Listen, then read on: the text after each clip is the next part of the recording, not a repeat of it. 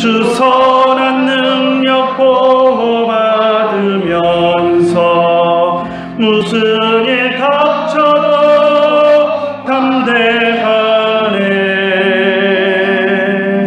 주께서 밤낮으로 함께하니 큰 확신 속에 새날 맞으리. 예수는 그리스도, 예수는 주, 하나님의 영으로 경배드리리. 여호와께 감사하고 그의 이름을 불러 아뢰며 그가 하신 일을 만민 중에 알게 할지어다. 그에게 노래하며 그를 찬양하며 그의 모든 기이한 일들을 말할지어다. 아멘. 하나님 아버지, 은혜를 감사합니다. 성탄의 계절을 맞이하며 또 우리가 주님의 오심을 기억하며 살아갈 수 있도록 인도하여 주시고, 오늘도 거룩한 주일을 맞이하여서 변함없이 주님 앞에 나와서 엎드리며 예배할 수 있도록 인도하여 주심을 감사를 드립니다. 우리가 주님 앞에 엎드릴 때 주님의 은혜를 체험하게 하시고 주님의 긍휼을 체험하게 하시고 하나님이 우리에게 베풀어 주시는 놀라운 은혜 속에서 호흡할 수 있도록 주님 인도하여 주시옵소서. 이 시간도 우리가 예배할 때 주님이 오셔서 좌정하시고 우리의 예배를 받아주실 줄 믿사옵고 우리 주 예수님의 이름으로 기도드리옵나이다. 아멘. 구하소서 임마누엘, 오 구하소서 이스라엘. 그 포로 생활 보호달파 메시아 기다립니다. 기뻐하라 이스라엘, 고도시리오 임마누엘. 아멘. 하나님의 말씀 사도행전 20장 1절에서 12절 말씀까지 보겠습니다. 소요가 그침에 바울은 제자들을 불러 권한 후에 작별하고 떠나 마케도냐로 가니라. 그 지방으로 다녀가며 여러 말로 제자들에게 권하고 헬라에 이르러 거기 석 달 동안 있다가 배 타고 수리아로 가고자 할 그때에 그 유대인들이 자기를 해하려고 공모함으로 마게도냐를 거쳐 돌아가기로 작정하니, 아시아까지 함께 가는 자는 베레아 사람 부로의 아들 소바더와 데살로니가 사람 아리스다고와 세군도와 더베 사람 가이오와 및 디모데와 아시아 사람 두기고와 드로미피모라. 그들이 먼저 가서 드로아에서 우리를 기다리더라. 우리는 무교절 후에 빌립보에서 배로 떠나 닷새 만에 드로아에 있는 그들에게 가서 이레를 머무니라. 그 주간의 첫날에 우리가 떡을 떼려 하여 모였더니 바울이 이튿날 떠나고자 하여 그들에게 강론할세 마을을 밤중까지 계속하매 우리가 모인 윗다락에 등불을 많이 켰는데 유두고라 하는 청년이 창에 걸터 앉아 있다가 깊이 졸더니 바울이 강론하기를 더 오래 하매 졸음을 이기지 못하여 3층에서 떨어지거늘 일으켜 보니 죽었는지라. 바울이 내려가서 그 위에 엎드려 그 몸을 안고 말하되 떠들지 말라, 생명이 그에게 있다 하고 올라가 떡을 떼어 먹고 오랫동안 곧 날이 새기까지 이야기하고 떠나가니라. 사람들이 살아난 청년을 데리고 가서 적지 않게 위로를 받았더라. 아멘. 오늘 사도행전 20장 1절부터 12절 말씀까지를 읽었습니다. 거듭되는 사탄의 방해라는 제목을 붙여보았습니다. 오늘 우리가 읽은 본문을 보면 사도 바울이 이제 에베소를 떠나서 마케도냐, 아가야 지방을 다니면서 이제 사역을 하고, 그리고 이제 사역을 마무리하고 수리아로 돌아가는 그 여정에서 있었던 일들을 소개하고 있습니다.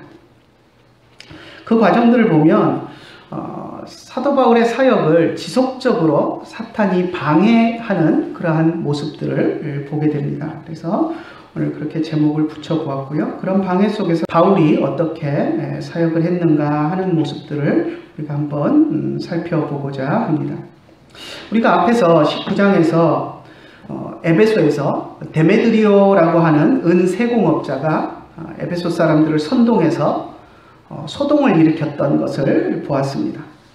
그리고 이 소요 사태가 진정이 되고 나서야 바울은 계획했던 대로 마케도니아 그리고 아가야 지방 선교 여행을 출발할 수가 있었습니다.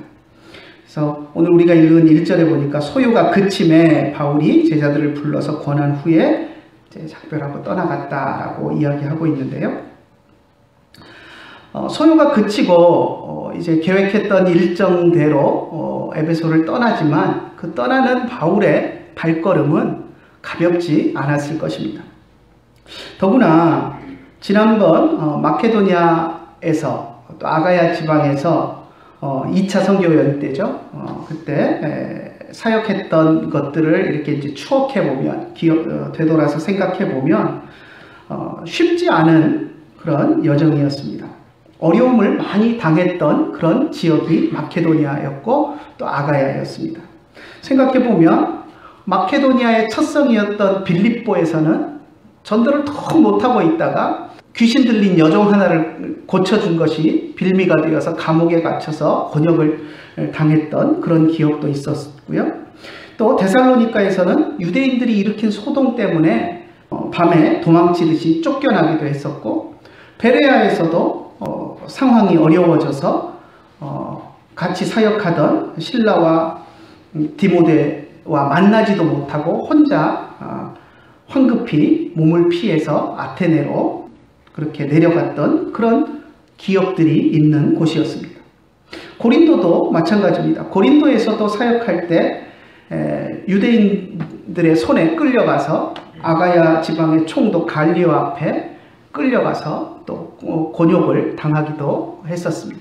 그런데 이렇게 난처하고 어려운 일들을 당했었던 그 지역으로 다시 가려고 계획하고 있는 그런 상황에서 지금까지 3년 동안 별 탈 없이 사역해오던 에베소에서 이런 소동이 났을 때 바울은 참 마음이 많이 무거웠을 것입니다. 그리고 그 소동이 가라앉았지만 그 소동을 이제 뒤로 하고 마케도니아와 아가야 지방으로 가려고 하는 그 상황 속에서 마음이 무거운 채로 무거운 발걸음을 뗄 수밖에 없었을 것입니다.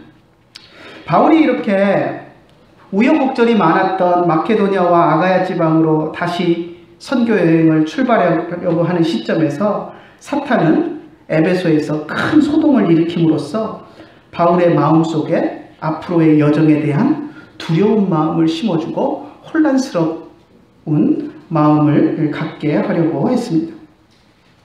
하지만 바울은 앞으로 있을 어려움에 대해서 전혀 두려워하지 않고, 물론 마음속에 두려워하는 마음이 생겼겠지만 그것 때문에 계획했던 일을 뒤로 미루거나 하지 않고 계획했던 대로 마케도니아와 아가야를 향해서 발걸음을 옮겼습니다. 아마 어쩌면 하나님을 더 붙들고 의지하는 기회가 되었을 것입니다. 내가 아가야와 마케도니아로 가려고 하는데 이런 어려운 일들이 생기는 것을 보니 앞으로의 내 여정에서 마케도니아와 아가야의 일정에서도 만만치 않겠구나, 만만치 않은 일들이 나를 기다리고 있겠구나 하는 생각을 하면서 더욱더 하나님을 붙들고 마음의 각오를 새롭게 했을 것입니다. 에베소를 떠난 바울은 마케도니아에 있는 여러 도시들을 통과하면서 복음을 전했습니다. 누가가 사도행전에서 기록한 것을 보면 아주 짧게 한 줄로 표현하고 있습니다. 2절 한번 같이 읽어볼까요? 그 지방으로 다녀가며 여러 말로 제자들에게 권하고 헬라에 이르러. 마케도니아에서의 바울의 사역을 딱 이 한 줄로 그냥 요약해 버렸습니다. 그러니까 사실 이 한 절 가지고 우리가 바울이 마케도니아에서 어떤 사역을 했는지 사실 알 수 있는 길이 전혀 없습니다. 아마도 추측하건대 마케도니아에서 사역하면서 지난번에 방문했던 도시들을 빼놓지는 않았을 것입니다. 그죠? 빌립보, 데살로니가, 베레아 이런 지역에 지난번에 가서 전도하고 교회를 세우고 했었기 때문에 그런 지역들은 빼놓지 않고 방문하고 그곳에 세워진 교회들의 안부를 묻고 또 성도들과 교제하고 하는 일들을 했을 것은 우리가 틀림없이 생각해 볼 수 있습니다. 그리고 사도행전에서 누가가 기록하고 있지는 않지만 다른 서신서들의 내용, 바울이 기록한 다른 서신서들의 내용을 이렇게 종합해 보면 이때 마케도니아를 여행하는 그 기간에 고린도 교회에, 물론 이제 곧 고린도로 갈 것이지만 고린도 교회에 다시 한번 편지를 썼던 것을 우리가 발견할 수 있습니다. 그래서 그것이 이제 오늘날 우리들에게 고린도 후서로 알려져 있는 편지인데요. 에베소에서 떠나기 전에 먼저 디모데를 보내면서 고린도 전서를 써서 보냈고, 그리고 나서 지금 마케도니아 지역을 여행하면서 곧 갈 고린도를 향해서 고린도 후서를 썼던 것이 우리들에게 알려져 있습니다. 고린도에 먼저 갔던 디모데를 이제 아마 마케도니아에서 다시 만났던 것 같고요. 그리고 고린도 교회의 소식을 듣고 다시 고린도 교회 성도들에게 편지를 쓴 것으로 보입니다. 자, 이렇게 마케도니아를 지나서 바울은 이제 고린도가 있는 아가야로 내려갑니다. 2절의 마지막에 보면 헬라에 이르러 라고 이야기하고 있는데 이 헬라가 바로 아가야 지역을 말하는 것입니다. 아가야라는 이름은 이 당시 이제 로마가 지배를 하고 있으면서 로마가 행정구역을 만들어 놓은 그 행정구역의 이름이 아가야고요. 그리고 이 아가야 지역은 오늘날 그 지역이 이제 그리스가 있는 지역이고 헬라 제국이 시작됐던 곳입니다. 그러니까 많은 사람들에게는 이곳이 헬라 제국의 발상지로 유명한 곳이기 때문에 로마 제국이 행정구역을 나눠놓고 이곳을 아가야다라고 이름을 붙였지만 사람들의 머릿속에는 여기는 헬라다라는 그 인식이 있어서 많은 사람들이 그냥 그곳을 정식 행정구역의 명칭인 아가야라는 이름 대신에 헬라라는 이름으로 불렀습니다. 그래서 누가가 사도행전을 기록하면서도 이 이름을 쓰고 있습니다. 아무튼 그렇게 해서 이제 아가야 지방 헬라 지역으로 내려갔는데요. 그곳에서 석 달을 머물렀습니다. 3절에 나오는데요. 석 달 동안 있었다라고 이야기를 하는데 아마 이 석 달이 제가 생각할 때 아마 3일처럼 아주 짧게 바울에게는 느껴졌을 것입니다. 멀리 떨어져서 애타게 보고 싶어 하던 사람들을 만나면 시간이 얼마나 빨리 가는지 모릅니다. 바울도 에베소에 있으면서 고린도 교회를 그리워하고 고린도 교회 성도들을 만나기를 고대하고 또 편지도 여러 차례 썼고 했기 때문에 고린도 교회 성도들을 만나기를 애타게 바라는 그런 마음이 있었는데 만나서 석 달 동안 이 지역에 머물면서 교제할 때 그 시간들이 아마 빨리 지나갔을 것입니다. 자, 사도행전을 기록한 이 누가가 고린도와 헬라 지역에서 바울이 석 달 동안 했던 일정에 대해서도 세부적인 것은 전혀 기록하고 있지 않습니다. 우리가 추정하기를 고린도 교회 성도들과 또 편지로 못다한 안부들을 또 묻고 또 당부하고 또 교제를 나누었던 것은 우리가 충분히 생각해 볼 수 있지만 또 고린도 인근의 다른 헬라 지역에도 바울이 다니면서 아마 복음을 전했을 것이다 라고 그냥 막연히 추정할 뿐입니다. 자, 그런데 이렇게 세부적인 내용들을 기록하고 있지 않는 누가가 바울이 이제 고린도를 떠날 때, 아가야 지방을 떠날 때 일어났던 사역 마지막에 있었던 사탄의 방해에 대해서 기록하고 있는 것을 보게 됩니다.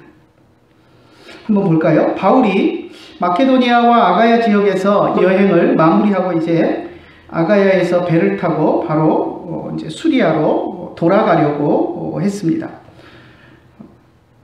자, 3절 한번 같이 읽어볼까요? 거기 석 달 동안 있다가 배 타고 수리아로 가고자 할 그때에 유대인들이 자기를 해하려고 공모함으로 마케도니아를 거쳐 돌아가기로 작정하니. 제 사역을 마치고 아가야 지방에서 바로 아가야에 있는 항구에서 배를 타고 수리아로 바로 가려고 했습니다. 아마 그렇게 했던 이유가 지금 여러 지역을 거쳐오면서 기근에 빠져 있는 예루살렘 교회를 돕기 위해서 바울이 이제 헌금을 여러 지역 성도들에게 헌금을 모금한 것이 있었는데 그것을 이제 모아가지고 가는데 돈을 많이 가지고 움직이면 아무래도 강도의 위험도 있고 하기 때문에 바로 한 번에 배를 타고 가는 여정을 택했던 것 같습니다. 그런데 유대인들 가운데 바울을 죽이려고 공모한 사람들이 있었습니다. 그래서 바울이 그렇게 갈 것을 예상하고 항구 주변에 이제 숨어서 있다가 길목을 지키고 있다가 바울이 나타나면 죽이려고 하는 그런 사람들이 있었습니다. 그 사실을 알게 된 바울은 계획을 급하게 수정해서 왔던 길을 되돌아서 육로로 다시 북쪽으로 올라가서 마케도니아로 올라가서 그리고 이제 빌립보나 그쪽 지역에서 배를 타고 이제 수리아로 가는 여정으로 계획을 급하게 수정을 했습니다. 그래서 육로로 마케도니아로 올라가서 빌립보에서 배를 타고 그리고 드로아 항으로 가는 모습을 우리가 6절에서 볼 수 있습니다. 이렇게 우여곡절 끝에 바울이 아시아에 있는 항구 도시 드로아에 도착했습니다. 그리고 그곳에서 일주일을 머물렀습니다. 그런데 그 기간에도 사탄은 바울의 사역을 방해하기 위해서 큰 사고를 쳤습니다. 어떤 일이 일어났는지 한번 볼까요? 7절부터 9절까지 한번 같이 읽어봅시다. 그 주간의 첫날에 우리가 떡을 떼려 하여 모였더니 바울이 이튿날 떠나고자 하여 그들에게 강론할세 말을 밤중까지 계속하며 우리가 모인 윗다락에 등불을 많이 켰는데 유두고라 하는 청년이 창에 걸터 앉아 있다가 깊이 졸더니 바울이 강론하기를 더 오래 하며 졸음을 이기지 못하여 3층에서 떨어지거늘 일으켜보니 죽었는지라. 바울이 드로아에서 일주일 동안 머물렀는데요. 떠나기 전날이 주일이었습니다. 그래서 이제 떡을 떼려 하여 모였다라고 했는데 이제 예배하기 위해서 모인 겁니다. 이 당시에는 이제 예배하면 무조건 예배와 함께 성찬을 행했기 때문에 예배드리러 모이는 것을 성찬을 하기 위해서 떡을 떼기 위해서 모였다 이런 표현들을 씁니다. 그래서 함께 예배하고 성찬을 행했습니다. 그리고 이제 바울이 떠나가기 전날이라 그 밤에 바울의 설교를 듣는 부흥회가 열렸습니다. 떠나기 전에 아마 성도들에게 드로아에 있는 성도들에게 당부하고자 하는 말이 많았던 것 같습니다. 바울의 설교가 밤 늦게까지 이어졌고요. 아마 많은 사람들에게 피곤이 몰려왔을 것입니다. 그리고 피곤이 몰려와도 또 바울 사도의 말을 들을 기회가 많지 않기 때문에 아마도 피곤을 무릅쓰고 많은 사람들이 모여 앉아서 바울 사도의 말에 귀를 기울였습니다. 아마 좁은 공간에 많은 사람들이 모여 앉아 있으면 공기도 탁해지고 산소도 부족해지고 또 졸음이 몰려오게 됩니다. 특히 어른들은 그나마 또 그런 것들을 잘 참을 수 있지만 밤이 깊어가면서 어린 아이들에게는 이 긴 강연의 시간은 참기가 힘든 그런 시간이었을 것입니다. 사람들이 모인 곳이 3층 홀이었는데요.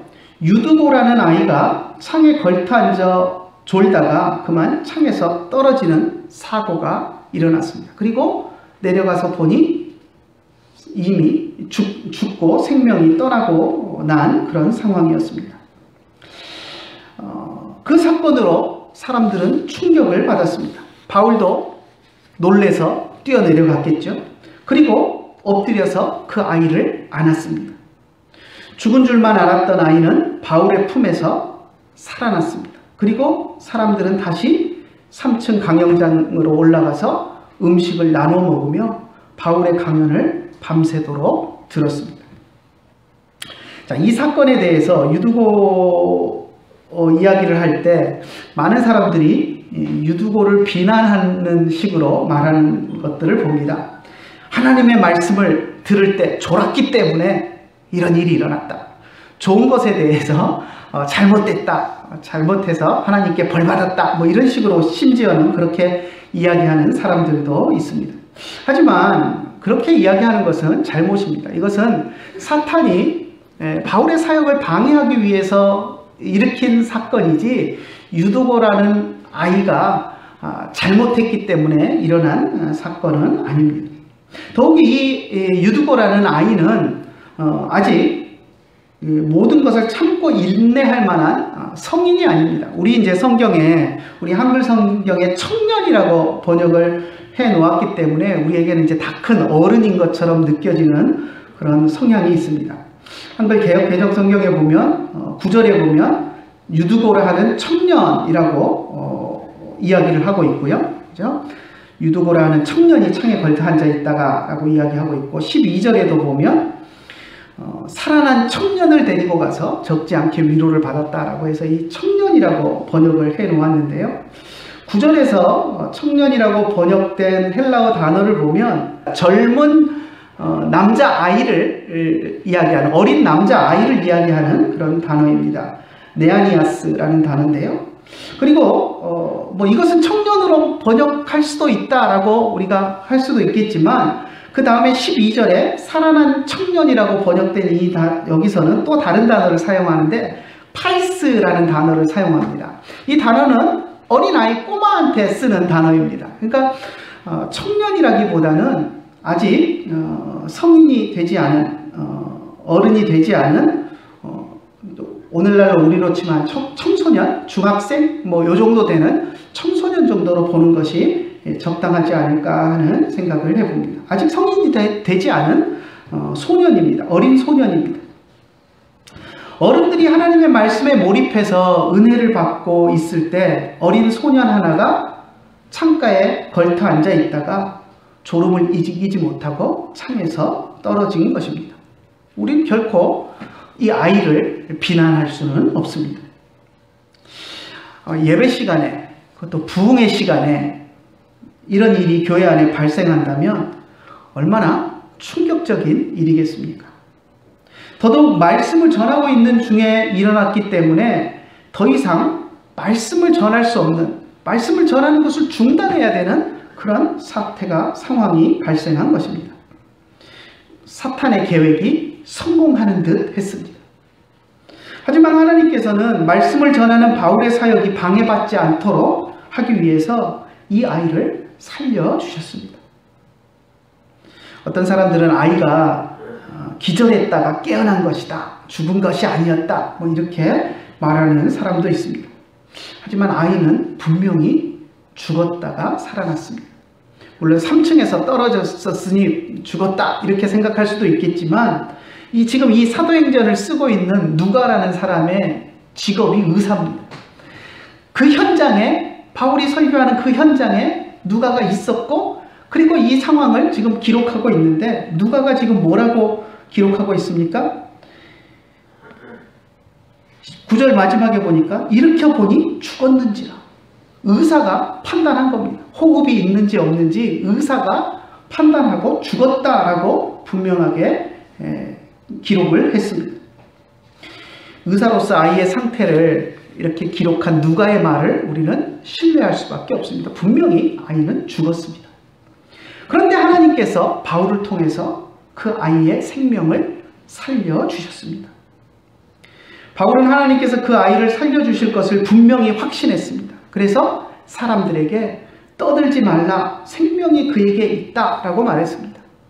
숨 쉬는 게 느껴졌기 때문에 그런 것이 아니라 하나님이 이 아이를 반드시 살려주실 것이라는 믿음이 있었기 때문에 바울은 그 아이의 숨이 느껴지지 않지만 이 아이 안에 생명이 있다, 하나님이 살려주실 것이다 하면서 수군대는 다른 모든 사람들에게 조용히 하라라고 단호하게 말할 수 있었던 것입니다.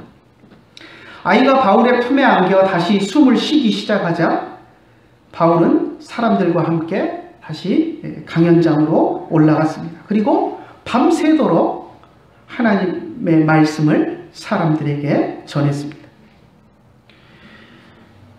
성도들이 말씀을 사모하여서 말씀을 듣고자 하면 사탄은 꼭 그것을 방해하려고 합니다.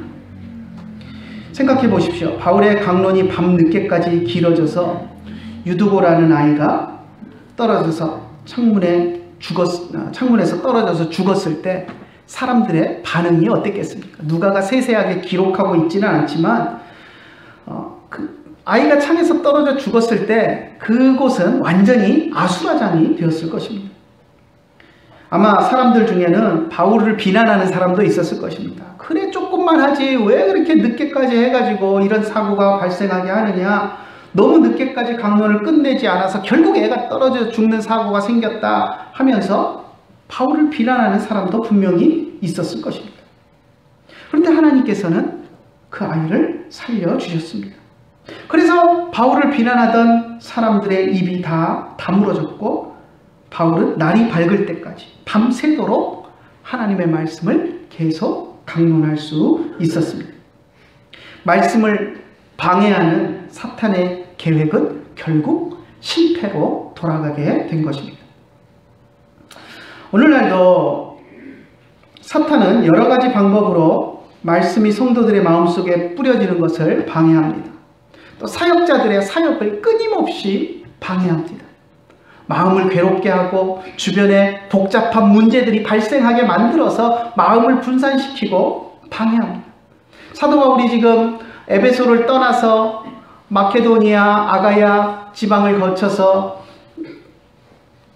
수리아로 돌아가려고 하는 그 상황 속에서 보면 에베소에서부터 출발할 때부터 소란을 일으켜서 사도 바울의 마음을 혼란스럽게 만들고 시작부터 방해했던 그 사탄이 또 떠나기 직전에도 바울을 죽이려고 하는 유대인들의 그런 음모로 인해서 혼란을 겪게 하고, 그리고 이제 돌아가는 여정에서 잠시 들렸던 드로아에서도 또 말씀을 전하는 중에 어린아이가 떨어져서 죽는 그런 사건들을 만들어내면서 계속해서 사역을 방해하는 모습을 보입니다. 오늘날도 이렇게 사탄은 여러 가지 방법으로 말씀이 전파되는 것을 방해하고 성도들이 말씀을 받아들이려고 하는 것들을 방해합니다. 특히 말씀을 전하는 사역자들의 잘못을 들추어내고 비방함으로써 성도들이 하나님의 말씀에 집중하는 것을 방해합니다. 우리 주변에 신경 쓰이게 하는 복잡한 문제들을 자꾸 만들어내서 사탄은 우리가 하나님의 말씀에 집중하지 못하도록 만듭니다. 만약 그럴 때 우리가 그러한 일들에 매몰이 되어서 예배를 멀리하고 하나님의 말씀을 듣는 것을 포기하면 사탄은 웃으면서 계속해서 우리를 그런 일들로 괴롭히고 말씀을 방해할 것입니다. 사탄의 술수에 우리가 그냥 넘어가 버리게 되는 것입니다. 말씀을 듣는 것을 방해하는 일들이 생길수록 더욱더 하나님 앞에 나와서 하나님의 말씀을 붙드는 여러분들이 되시기를 간절히 축원합니다. 어려움이 생길수록 바울은 하나님의 말씀을 더욱더 의지하고 하나님이 맡기신 일들을 하기 위해서 마음을 추스리고 하나님 앞에 더욱더 엎드렸던 것을 우리는 보게 됩니다. 그리고 그 그것을 극복해 나갔습니다. 우리가 하나님 앞에 무릎 꿇고 하나님을 붙들 때 하나님께서 우리의 예배 생활과 말씀 생활을 방해하는 모든 요소들을 제거해 주실 줄로 믿습니다. 그래서 사탄의 그런 방해에 무너지지 않고 넘어지지 않고 항상 주님을 더욱더 붙들고 기도하면서 이겨나가는 저와 여러분들이 되시기를 간절히 축원합니다. 기도하겠습니다. 하나님 아버지 은혜를 감사합니다. 오늘도 우리가 사도행전 말씀을 통해서 사도 바울의 여정 가운데 끊임없이 계속되는 사탄의 방해들을 우리가 보았습니다. 하지만 바울이 그러한 방해에도 아랑곳하지 않고 주님을 의지하고 주님만을 붙들고 사역했고 또 주님이 그 사탄의 모든 방해들을 물리쳐 주시고 하나님께 영광 돌릴 수 있게 하셨던 것들을 보았습니다. 하나님 오늘날 우리들도 사탄의 계획 속에서 또 방황하고 고민할 때가 있습니다. 사탄이 우리들에게도 하나님을 예배하지 못하게 하고 또 하나님의 말씀을 듣는 것을 방해하기 위해서 수많은 일들로 우리를 괴롭게 하고 또 우리를 혼란 가운데 빠뜨리는 것을 봅니다. 하나님 그럴 때마다 우리가 더욱더 마음을 부여잡고 하나님만을 의지하고 하나님 앞에 엎드려서 하나님의 능력을 강구하는 우리가 될 수 있도록 인도하여 주시고 예배를 포기하거나 말씀을 접어버리는 어리석음에 빠지지 않고 더욱더 말씀을 붙들고 주님을 예배하며 살아가는 우리 성도들이 될 수 있도록 인도하여 주시옵소서. 주님께서 우리를 붙들어 주시고 우리의 삶과 신앙과 우리의 모든 여정을 주님 오시는 그날까지 인도하여 주실 줄 믿사옵고 우리 주 예수님의 이름으로 기도드리옵나이다. 아멘. 평안 나눔하겠습니다. 베아타 샬롬, 우베이티카 샬롬, 베콜 아쉐르 레카 샬롬. 어느 곳에 있든지 늘 마음이 편하다. 주 예수 주신 평안함 늘 충만하노라. 나의 마음속에 늘 평안해. 나의 마음속에 늘 평안해. 악한 죄 파도가 많으나 마음이 늘 평안해. 이제는 우리 주 예수 그리스도의 크신 은혜와 하나님 아버지의 한이 없으신 사랑과 성령님의 감화하시고 감동하시고 우리 가운데 교통하심이 이제 주님 앞에 나와서 모든 사탄의 방해 앞에 주님을 더욱더 의지하며 우리의 신앙의 삶을 살아가기를 소원하는 주의 사랑하는 자녀들 머리 위에 이제로부터 영원토록 함께 계실지어다. 아멘.